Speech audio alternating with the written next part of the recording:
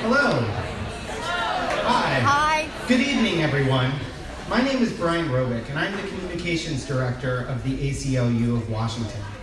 And we're so excited to be back here at the KEXP Gathering Space for another Flights and Rights. Flights and Rights is our monthly community series that brings together great people, important issues, and delicious beverages. Tonight, we'll be looking at technology and the powerful impact it has on our daily lives, our civil liberties, and our civil rights. Hey Siri, tell me about civil liberties. Worked for my phone, did it work for yours? Okay, we're gonna go a lot deeper than this tonight. We're gonna look at how AI and machine learning are changing our world and their disparate impact on communities of color, religious minorities, and many others. The ACLU is committed to the struggle to ensure that everyone in this country benefits from the promises of the Constitution. Those promises apply to absolutely everyone, regardless of color, gender, ability, national origin, religion, or no religion. Yet they are still too far from being realized for too many people. With our allies and supporters, we continue to fight for justice and equity. Together, we'll make Washington and this entire country a better place. Now, before we dive into the program, I'd like to acknowledge that we're gathered tonight on the occupied territory of the Coast Salish people, who have stewarded this land for generations. We honor the truth that Indigenous people were lied to, treaties were broken, and their land stolen, so that we're able to be here today. We have a long way to go in fighting for restitution and realizing our commitments to Indigenous peoples. I'd also like to take a moment to say something about our ongoing work to defend reproductive rights, because this is something that's been in the news very much so lately. In a number of states, including Alabama, Ohio, Missouri, and others, state legislatures have passed sweeping new restrictions on abortion. The new law in Alabama outlaws almost every abortion, and Ohio bans it after 6 weeks.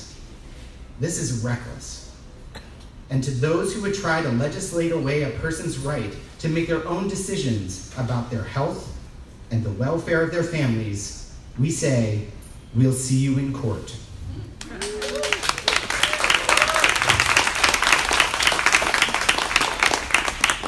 The ACLU has filed suit in Ohio and will soon in Alabama to stop that law from going into effect. And the ACLU of Missouri has filed a referendum petition to put that law on the ballot. It's definitely something to applaud. We're gonna fight this. Now, working together does indeed bring great change, and there is some good news. Just last Friday, in an ACLU case argued in Oakland, California, a federal judge issued a preliminary injunction blocking the Trump administration from constructing the president's border wall using funds illegally transferred from military accounts, including pension and pay funds under counter-drug authorities.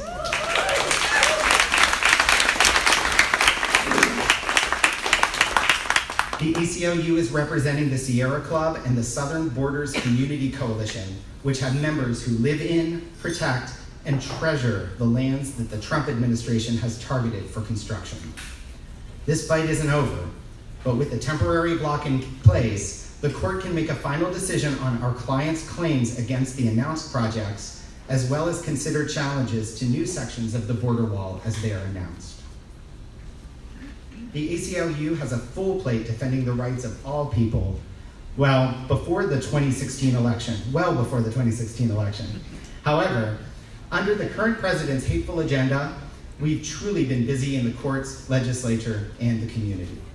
The ACLU has taken over 219 different legal actions against the Trump administration since Inauguration Day. Over 50 lawsuits for immigrant rights alone. and many more in the areas of government accountability and transparency, LGBTQ rights, voting rights, racial justice, free speech, using religion to discriminate, and women's rights and reproductive rights. It's not slowing down anytime soon, and we're ready to take on what's next. It's really an honor to be here with you today because it truly takes all of us. Thank you so much to all of the ACLU members in the room. All the ACLU members, please raise your hands. Let people give you a round of applause because you're really powering this work.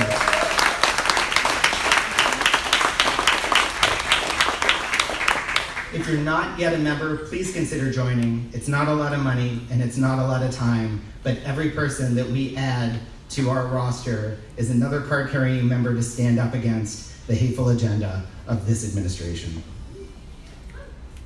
Tonight we are live streaming on Facebook so that if you have friends who couldn't make it this evening, let them know that they can watch on our Facebook page. And all evening you can post your thoughts, comments, and questions and photos on Facebook, Twitter, and Instagram using the hashtag ACLUflights, which will make them appear up on this board, and you can become a star briefly. Consider it. You'll see my elongated face there somewhere. Okay. Also, I want to take a moment to thank Dogfish Head Brewing for pouring tonight. A round of applause for them. Check out their amazing beers in the back of the room. If you've got more tickets, go get back in line.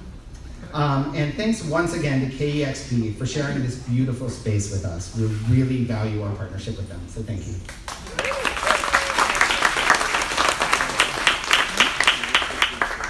Have you filled out a raffle ticket? We have some wonderful gifts to give away tonight, so be sure to enter, and we'll draw the ticket at the end of our discussion. We have 5 prizes tonight, and one of them is a record player. Big money prizes. So tonight, ACLU Technology and Liberty Project Director Shankar Narayan will examine the dynamics of how AI and machine learning are transforming our lives. I'm going to read this directly off the paper to make sure I get it right. Shankar has an illustrious bio. Shankar came to the ACLU of Washington as legislative director from 2008 until 2016, and prior to that was policy director at One America, an immigrant rights organization, and a close ally of ours. Shankar began his legal career as a technology attorney with Preston Gates and Ellis, now K&L Gates. Born in the former Soviet Union, he grew up in the US, the Maldives, India, the former Yugoslavia, Thailand, and Russia, and holds degrees from Bates College, Harvard's Kennedy School of Government, and the Yale Law School. Shankar is also a poet, a teacher, and a rider of motorcycles. And I'll add a very engaging speaker. I hope that you enjoy.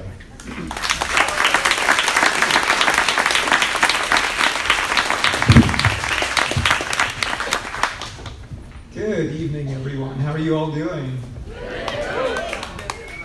How many of you all went to Folk Life? 5 of you, really?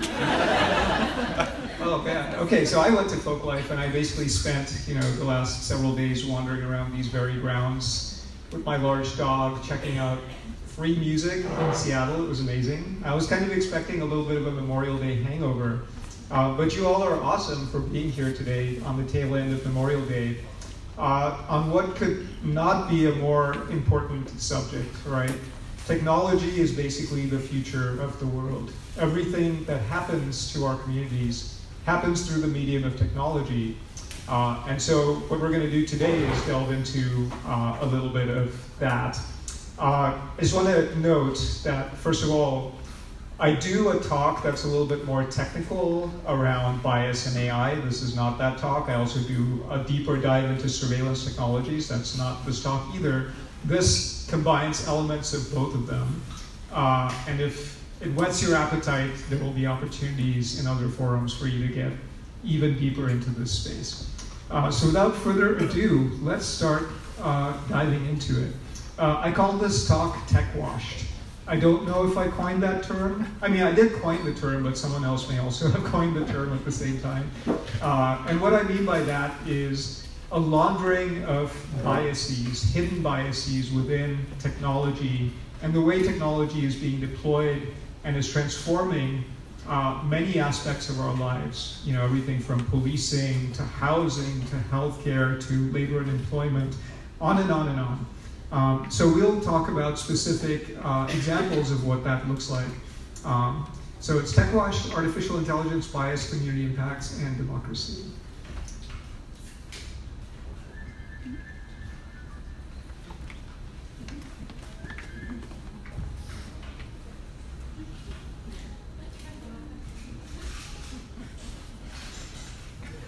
Shall I try?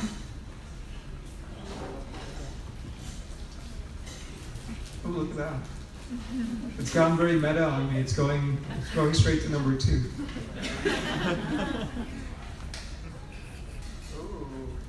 Power switch. I've been tech washed. Okay, here we go, folks. Very good. Okay, so this is what we're going to do. We are going to, first of all, take a step back, right? I think that it's very important to ground this discussion of technology in the bigger picture of how it impacts the society we already have. And you know, I think that's part of this discussion that we very often skip over and go straight into the impacts of technology. To give us a common language, I'll just briefly explain in layman's terms, or what I hope are layperson's terms, about what artificial intelligence is. And then with that common grounding, we'll get into the heart of the talk, which is bias in AI. What is it? How does it manifest? Are there situations where it's useful to even go beyond bias and talk about impacts of technology? And then a brief segment on solutions and takeaways. So, big picture.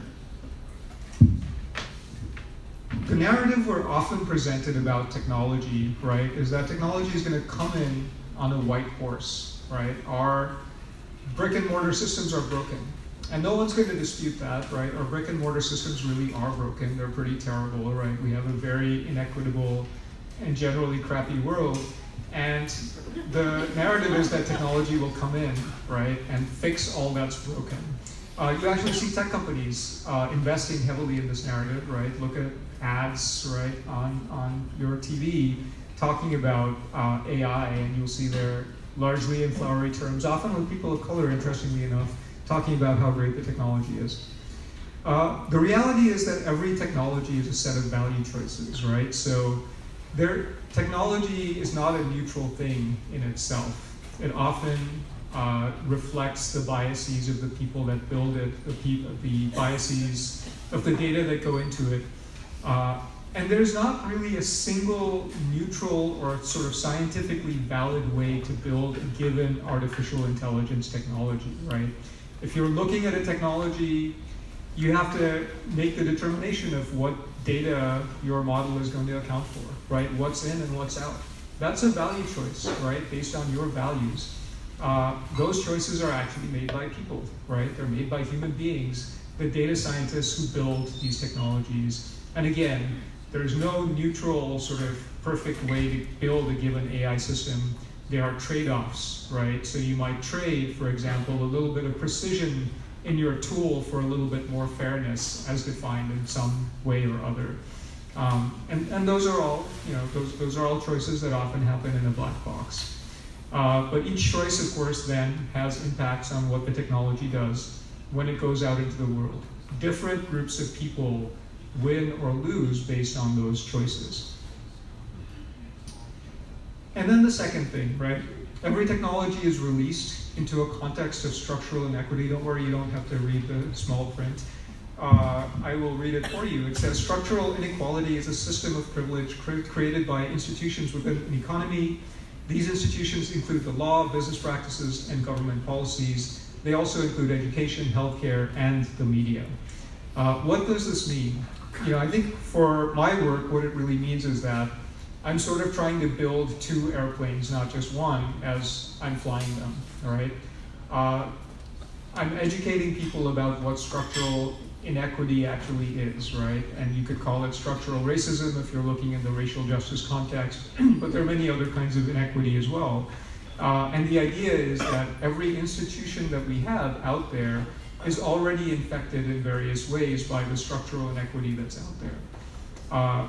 And the result is that technologies impact different communities differently, right? So if you're layering technology onto a world that's already unequal, and don't worry, we're going to get into examples of this, it's going out into a power structure where it may actually end up replicating or even magnifying those kinds of inequality.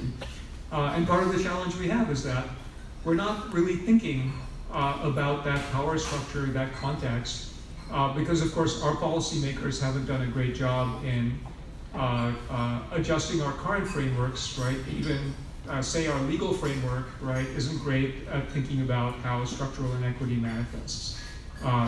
We, for example, in our legal framework often think about racism as a thing that is based on individual bias, right?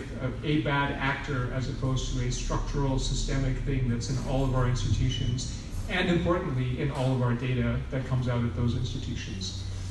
So in that context, how do we think about incorporating our values, and incorporating values like transparency, accountability, and fairness, which I would argue are constitutional values, into those new technologies?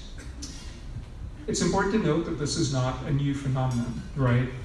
There are many groups out there, to take just the example of surveillance technologies, that have been well aware of the disparate impact of technologies on different communities. This quote is from Malkia Cyril, who's been at the Center for Media Justice. She talks about how surveillance technologies have been used to separate the citizen from the slave, to protect the citizen from the slave. And you can go back hundreds of years, right, to lantern laws in New York City, for example, where slaves had to, by law, carry lanterns around, right, to illuminate themselves and make clear that they were slaves as they moved about. Several hundred years after that law, in New York City, we saw the mayor, Bill de Blasio, come forward with a proposal to floodlight neighborhoods of color and poorer neighborhoods, right, on the pretext of preventing crime. But many folks, including Malkia, were able to draw a connection between those two surveillance incidents centuries apart. Stan Chikuma, who we are honored to be joined by, who is in the room today, has this incredibly powerful quote from an incarceration survivor, of course, the Japanese-American incarceration. My crime was my face.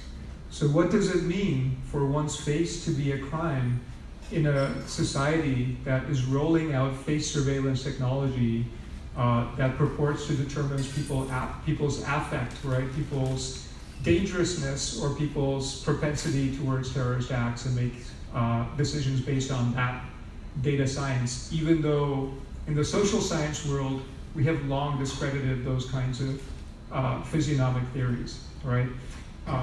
Powerful stuff. There's a whole list, right? Japanese Americans after Pearl Harbor, black civil rights leaders were targeted by the surveillance technologies of the day.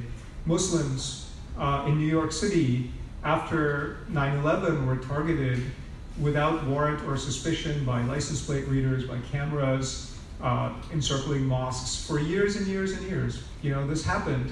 And even though the entire program was eventually struck down, it was challenged and struck down as unconstitutional, one of the main points to take away from that story is, look, the Constitution didn't stop the surveillance from happening, right? And so we need to figure out how we actually prevent those kinds of things from happening before they happen, because of course the damage is done to that community, even if the surveillance is struck down after the fact. And of course, more recently, Black Lives Matter, Occupy Wall Street, all targets of disproportionate surveillance. So with that sort of context-setting note, let's talk about what AI is, and who cares, right? Why does this matter? So a series of sort of basic propositions, and if this is super basic, if you work in the tech industry, bear with me. I've kept this relatively short. We all hemorrhage data, right? We all have, one of these devices. This thing has 100 apps on it. Have you read the terms of service? You have, right? That's what I thought. Every word in detail. And you read them every day because they change without warning and they don't tell you, right? You just click through. When you do business with websites, when you use your Orca card, or even just when you ride the bus, right? There's surveillance there. There's government surveillance, there's private surveillance, there's lots and lots of data that feeds into artificial intelligence tools, right? That's what the systems learn on. I call these sort of the data game changers, right?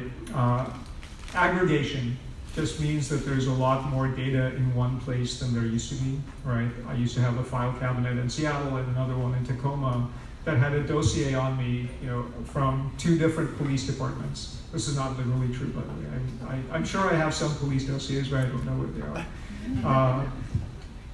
And basically, those 2 files never met each other, right? So the data in them remain separate.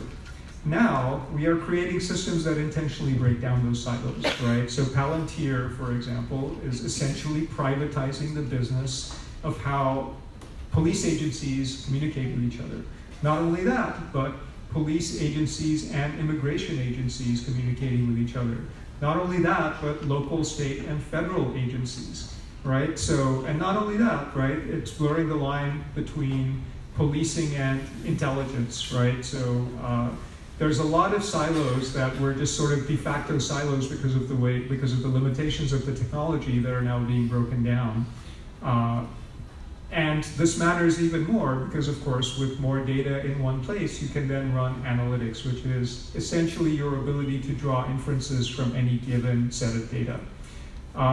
This science is always advancing, all right? So what that means is that same data set will yield more inferences down the line than it currently does, which means it's actually very hard to completely de-identify data, right, with certainty. It's always a moving science. Machine learning, right, is a form of analytics where essentially a simple way to describe what machine learning is the algorithm itself changes based on the data you feed into it, right? So the tool is making decisions differently based on the data that's in it. And this has some interesting implications, one of which is that even the person that built the tool cannot tell you how it's making decisions. Maybe they could tell you on day 1, but on day 5 or day 10 or day 50, not in their hands. And in fact, it's extremely difficult to try to figure out how some of these tools are making decisions. And then predictive analytics, a form of machine learning that basically tells you not just what is, but what is going to be, right? So is this person going to commit a crime, right? That's the sort of purported function of the tool. It's important to remember in the case of predictive analytics that correlation is not causation, right? Remember, if you remember nothing else from this talk, definitely remember that because it is key when you're looking at some of these tools. It's easy to forget that what we're just talking about are correlations. They don't actually tell you anything about why things happen. So with all of that, AI is basically finding patterns in these massive amounts of data. There are several different flavors, right? There's sort of 5 main categories into which the way the tools work fall. But essentially, that's what it is. I put that last bullet in because I think there's a real challenge here, right? Our constitutional system insists that people be evaluated individually, right, on the basis of my actions, on the basis of what I've done, right? But there's an inherent challenge, right, with some of these AI tools, which is they're essentially putting people into buckets, right, based on mass amounts of data of people who might be like me in some respect or other, right? So there's sort of a jumping over, an inherent jumping over of individual due process, which we haven't figured out how it actually interacts with our constitutional system. You may know this one already, data is power. There are a lot of decisions about us are being made on the basis of analytics and machine learning, from credit scores to policing to public benefits to employment. You probably don't know which decisions are being made with algorithmic engagement, but it's probably a lot of them. And unfortunately, we haven't created a particularly good scheme that gives people control over their data.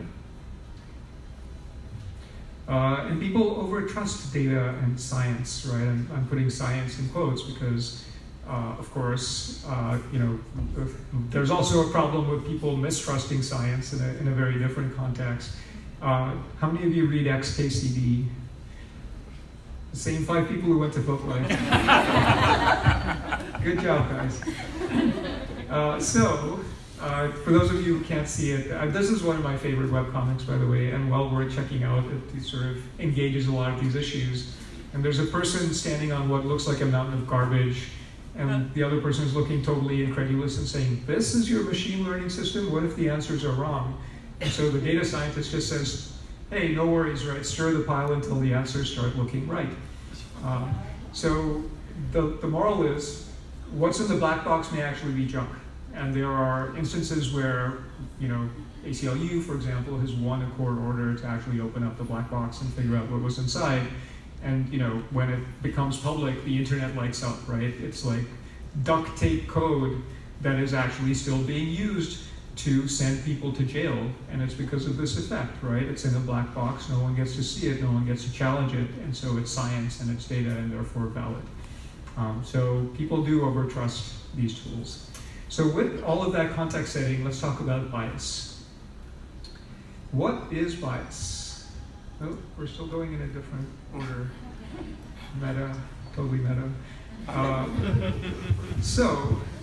This is just sort of my overview slide, right? We'll get into some examples of this, but one thing that's important to understand is bias in AI isn't just one thing, right? There are literally dozens of definitions of what bias is, and if you have some free time and a desire to dive down a YouTube rat hole, you can go to Arvind Narayan of Princeton University's short YouTube video on this. I think it's about 20 minutes long, and he talks about 20-something definitions of bias and their implications.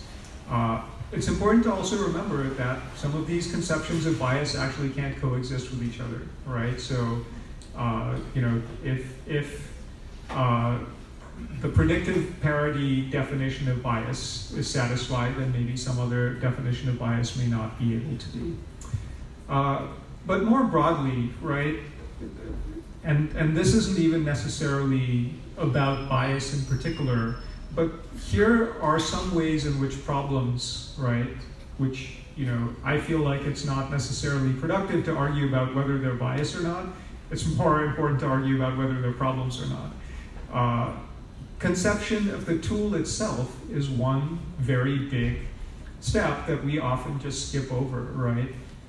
Because the data scientists assume a problem.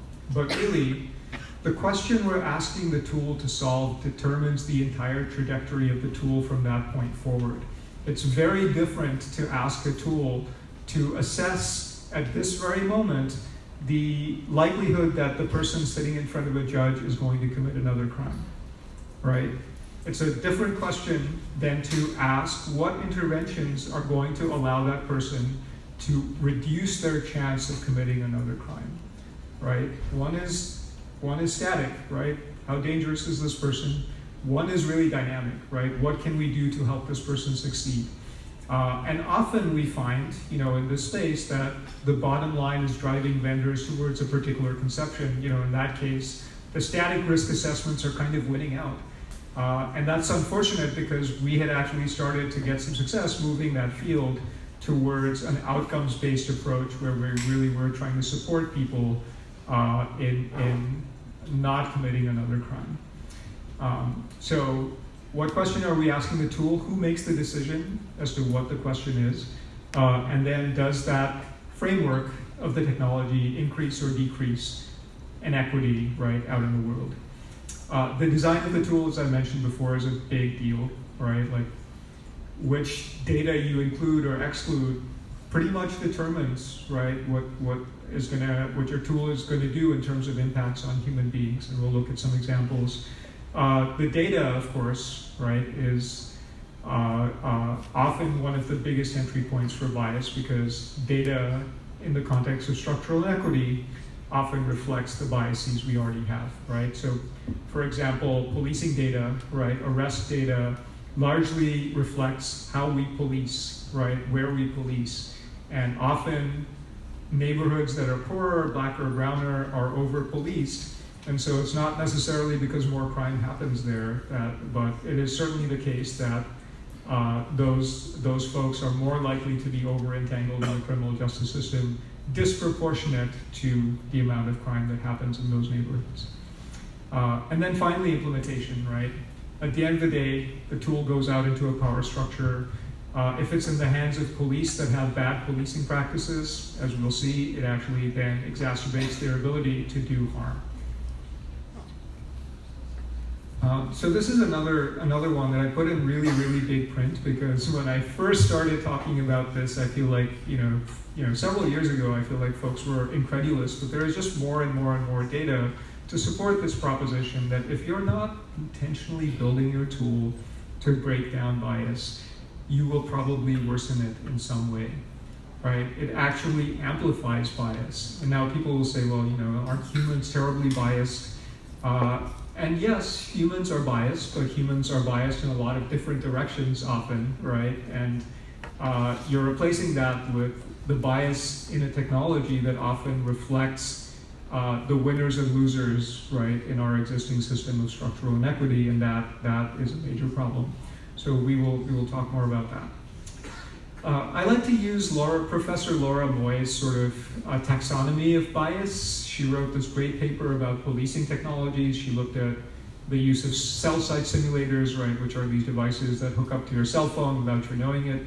They trick it into thinking that it's connecting to a cell tower, but it's really connecting to Tacoma Police Department. And they can track your location based on that. She looked at that. She looked at facial recognition, which we call face surveillance because it is not just about recognition. And she looked at predictive policing tools. And she came up with this sort of 5-part taxonomy of how these bias problems manifest. So we'll use the policing example. The first thing that she says is AI can actually replicate inequity, right? And the idea here is that, if you're using this racially biased and incomplete data to develop a predictive policing algorithm, you create this vicious cycle where communities that are over-policed, that have disproportionate entanglement already, right, more arrests in a given area, then attract more police attention, which leads to more arrests, which means you're basically focusing the attention back on that community. So that is one kind of problem, and certainly well documented for predictive policing tools like PredPol. Lots and lots of studies on this particular aspect. This is the garbage in, garbage out problem. Masking inequity is really interesting, right? And this is the black box factor, this misperception that the AI tool is sort of neutral, which essentially means embedded biases in the technology are hidden and they're harder to challenge. And once again, in the predictive policing context, the data that goes into the tool is where the bias lives, right? But her point is, look, it's not the police department deciding to focus resources on a given over-policed neighborhood anymore. It's the tool, right? So the police department can point to the tool, as many are, and say, hey, look, we didn't decide this, the tool decided it. And hence you've sort of masked the inequity or tech washed it, as I like to say, by putting it inside this black box that can't be opened up. Transfer of inequity is interesting, right? So even if you have a perfect police department that has, policed equitably its entire existence, if you have a bias tool, you're effectively importing that bias into your police department. Face surveillance algorithms are a good example of this, where there's more and more studies now around face surveillance being less accurate, both for identifying people of color and also women, and also gender non-conforming individuals. I mean, there's now a pretty good stack of studies, and the challenge there is that, of course, that's within the black box of the tool. In fact, Seattle Police Department has a jail booking photo facial recognition system. And when they were doing the study, Georgetown called them and said, hey, what AI, can you tell us about the AI used in this face surveillance system? They said, oh, there's no AI, it just compares faces, right? So it does kind of go to show, right, that the accountability isn't necessarily there, right? It's often the case that the people in the agency operating the technology really, and I think they were sincere, I think they really have no idea that their face surveillance tool, which was actually using artificial intelligence to compare faces, and that there was anything fallible about it. The interesting thing now is that there's a new report from Georgetown that talks about really bad policing practices in the context of face surveillance. They are now feeding literal hand sketches of people through these tools. Another one is they decide, someone who saw the suspect says, well, we think that guy looks a little bit like Woody Harrelson. So they go and run photos of Woody Harrelson through their database, their arrest database, and someone gets arrested, right? Even though the probability of efficacy there is extremely low. So that's transfer of inequity. Then there's just magnification of inequity, right? This idea that the more powerful a tool you have, the more you have the ability, if your policing practices are already bad, to do harm. So face surveillance, right, layers onto these comparison databases, which are of people who are arrested, which is already a disproportionate data set. And it also layers onto who gets photographed, right? Which neighborhoods are already over-surveilled, which are often neighborhoods of color. Another example is the Stingray devices in Baltimore. If you actually look at the heat map of where they were deployed, it ended up mapping very neatly onto where the African American community in that city lived. What's a Stingray? It's the cell-side simulator device that I described that hooks onto your cell phone, sucks up your data, but you have no idea. It just looks like you're connected to a cell tower. And then compromising oversight of inequity, right? So courts and the public really don't have a good way to look at what's happening inside the black box.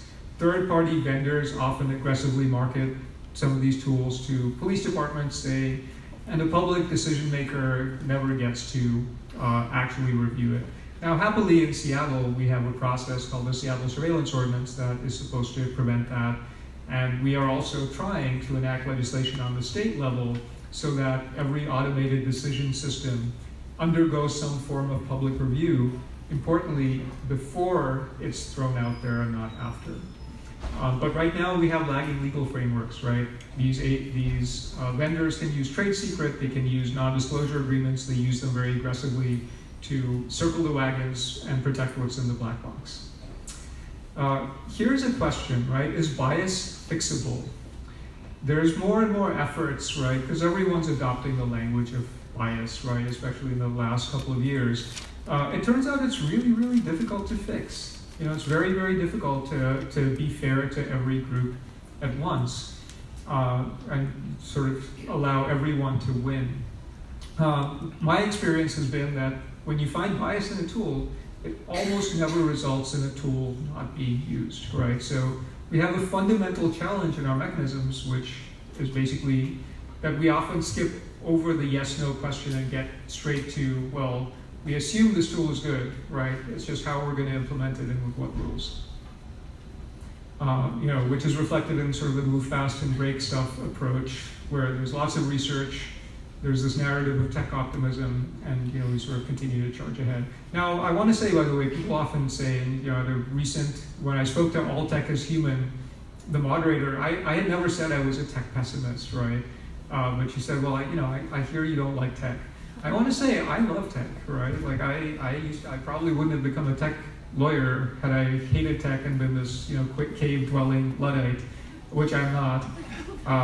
But what I want to say about this is we have to go by the evidence, right? When people say this tech is going to work, right, to fix this problem, I say, show me the money, right? What is the evidence that you have that that is going to be the case in the context of structural inequity, given how many tools have failed to do that and the impacts that the existing ones are having? Let's have an evidence-based conversation around the impact of technology. Lots and lots of examples of where bias shows up, right? We talked about predictive policing, but AI is being used in pretrial risk assessments to figure out who gets bail and how high. Predictive sentencing, which we'll dive into a little bit. Face surveillance, hiring even, right? So there's a new report from Upturn, which is a DC-based nonprofit that talks about how they're essentially automating rejections, right? So HR software is widely used now, and it very rarely makes a final decision about who to hire, but what it does do is weed out people. And it turns out that the people who are weeded out, aren't necessarily being weeded out because they'd be bad at the job. They just reflect the cycle of bias within that employer for particular groups or others. And even child welfare, right? Will the state come to take your kids away, right? As it turns out, often based on racially disproportionate conceptions of what different what parenting among different groups looks like. And all of these cases are coming up, right? So from DNA predictive algorithms to sentencing. In Idaho, we won a case around someone who basically just lost their Medicaid benefits because the state was using an algorithm to determine those. It was a black box algorithm we challenged, and basically it was struck down on the basis of an Idaho statute as well as due process, right? Because if you get denied a benefit, right, the state is taking something away from you and they have to justify that. Even teacher evaluations, right? Teachers being fired on the basis of an algorithm where they don't get to know why it's happening. And someone's disability caseworker showed up in Arkansas to say, hey, you used to get 55 hours, but now you're going to get 35 hours with your caseworker because the algorithm said so. All real litigation that we've been engaged with. Back to face surveillance for a second. So 2 NBA basketball players. I think they're both happy. What do you all think? Happy? Happy, right?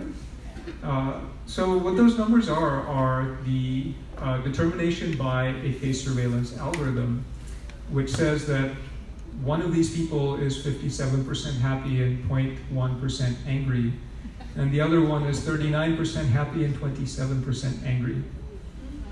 Guess which is which? Right?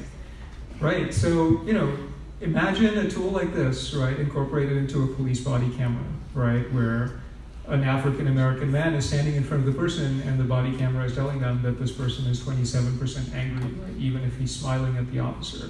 And the officer, who may have biases of his own or her own, then has to make a life or death decision informed by that biased analysis of that person's face. Challenging. I like to put this slide in only not because I think China is a terrible, terrible place, although in Xinjiang province, right, there's this pervasive surveillance infrastructure. The point here is that we're actually building a similar infrastructure here, and you can see actually in a second new Georgetown report talking about the face surveillance systems acquired by Detroit and by Chicago. They bear a lot of similarities to what's already being used because they layer into these systems of existing public cameras. I'll move quickly through this example. So this is just an example of how the courts are sort of struggling with predictive risk assessments. A black man in Wisconsin got a sentence that was essentially twice as long as a white woman who committed a similar crime. He asked why, challenged the use of the algorithm, and they basically said, sorry, you can't see it, the court can't see it, no one can see what went into the algorithm, but we assure you it's fair. Unfortunately, the Wisconsin Supreme Court took a mighty swing and they missed, right? They actually upheld the use of the sentencing algorithm, saying it didn't violate due process rights. They did not require the algorithm to be disclosed. And they basically said, here's a set of 5 things that we would like judges to read that will inoculate them from over-trusting this algorithm, which of course contradicts everything we know about how humans interact with these algorithms and the political incentives of elected judges to just defer responsibility, right? Because they can always say, the algorithm made us do it. But if you look at those two charts, the only thing you have to see is how differently stacked they are. Those are the risk profiles of black and white defendants under Compass. Now, the entity Northpoint that makes the tool came back and said, no, right, don't worry about that. Our definition of fairness is called predictive parity, and what that means is when we identify someone as high risk, whether they're black or white, they have the same likelihood of committing another crime. And by that measure, our tool is perfectly fair, right? It's not just whether we're talking about bias or accuracy, it's what are we doing here, right? Are we, is the best use of risk assessments really to determine who's dangerous or not? Or is it to intervene to give them a better chance of success? So we've talked about all this. Don't read the small print. The only point of this slide is really to say, in the worst case, right, where you have biases within a tool that are not surfaced and accounted for, you end up targeting the same communities over and over again because, of course, the tool is looking for particular things that are already reflected in the data about that community, right? So there's disproportionality in the scrutiny that results in denial of benefits over policing, which results in more poverty or more arrests. And of course, those are exactly the things the tool is looking for. So round and round we go on the merry-go-round. All right, this is all very depressing. What should we do? Who should do it? So we would say the goal is fairness, accountability, and transparency, right? Those are important values. The way we do the work, and I think ACLU of Washington has been a pioneer, is we want to center this conversation about equity, right? And combating structural inequity, as we talked about at the beginning, and centering the voices of those who are most impacted, right? So if it's a black or brown community or a gender non-conforming community or any other community that's going to have to bear the effects of a given technology, they should be in the room to talk about how that technology is designed, what it's going to do out in the world, right? And have some say, which means better processes and getting to better actual policies, substantive policies, and importantly, some opportunity to actually say no to a given technology. And by the way, that is our an amazing set of leaders from the Tech Fairness Coalition in front of the Amazon spheres last year, just about a year ago. And last week, I was able to present a shareholder resolution, right, straight to Jeff Bezos and the Amazon board, along with Stan. We presented one resolution each. And that would not have happened, I think, without an entire year of building power in the communities that do this work. Doesn't matter where you sit, right? You can be sitting in the state capitol, you can be sitting in this temple of justice, you can even be sitting in the spheres, the Amazon spheres, although it's not clear who actually sits in there other than a horticulturalist. But, right, private sector, courts, and legislators all have a role. Everyone should ask better questions, right? Tech good or tech bad is not a good question. A better question is, what is the purpose of the technology, right? What rules and values govern it? Who's going to be impacted? Are they in the room? Who gets to say no? We have policymakers engaging, I think, at the federal level and more so on the state and local levels because we are trying to push them to do that, right? The feds are engaging a little bit with face surveillance, with data privacy, with net neutrality, not necessarily with great results. I do think that we have opportunities in this state because we have this funky mix of sort of libertarian, anti-surveillance Republicans and progressive Democrats, that we can actually get to having real substantive standards governing technology. And we do need those rules of the road in order to be able to push this conversation further. Our Tech Fairness Bill, which I mentioned, was the first of its kind in the nation. It was introduced this session. And the idea there is that before an automated decision system was used to make any public decision, it had to go through a review process, right? And you had to reveal, right, what data goes into it and the impacts on civil rights and liberties in particular communities. Same with face surveillance. We had a moratorium, one of the first several introduced across the country. It didn't succeed, but we were able to beat back a worse proposal that was championed by Microsoft and Amazon to essentially allow widespread face surveillance. And we are also able to champion real data privacy. The tech companies killed that one as well, and you can ask me about that later. But I do think the fact that we were able to stand up to that bill, given the amount of resources that Microsoft and Amazon have poured into trying to move it forward, shows that we have some voice in this debate. And I think that is really a tribute to the communities that have been engaged from day one, because they got how important this was. And of course, if you live in Seattle, we have the surveillance ordinance, which is the strongest of its kind anywhere in the country, allowing review, including retroactive review of 29 different technologies that will come before the council. If you care about the way your data is being used and how you're being surveilled in Seattle, come to those hearings. Every one of them will have a public hearing. Every one of them has a surveillance impact report that you can read that talks about how the technology works. And if you disagree with the way the city is using it, which in some of these cases I would argue you should, let them know, because there's nothing like voters to get lawmakers' attention. And then in the private sector, I think there's still a long way to go. We have some ethical structures in some of these companies. There's still a gap between words and action, right? For example, Microsoft said a lot of great things about face surveillance. We had a meeting with community leaders and Microsoft leadership. But ultimately, when the rubber hit the road in the legislative session, they weren't there for strong regulation. We're largely there for weaker regulation that allowed them to control how the technology went out there. So again, I think lawmakers listen when constituents talk. So you are the missing element. Engage, engage, engage. There's lots of opportunities. We can hook you up with them. I've said a lot of words. Which one should you remember? This is my last slide. Lead with the values, right? Not with the technology. The technology is never the reason to implement the technology, right? Solving some problem with some set of values is the reason to implement the technology, and that's what should drive the conversation. What's the problem? Which human beings are impacted? What rules will govern? Who's in the room to decide? Who gets to say no?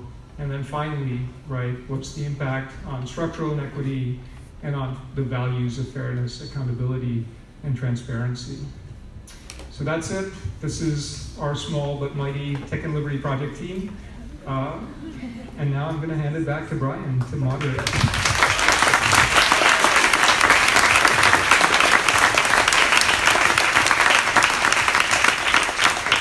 Thank you again, Shankar, for sharing that information with us. I want to open up the floor for questions and comments. This is the point where we stop our live stream to keep the conversation here in the room with us. And we have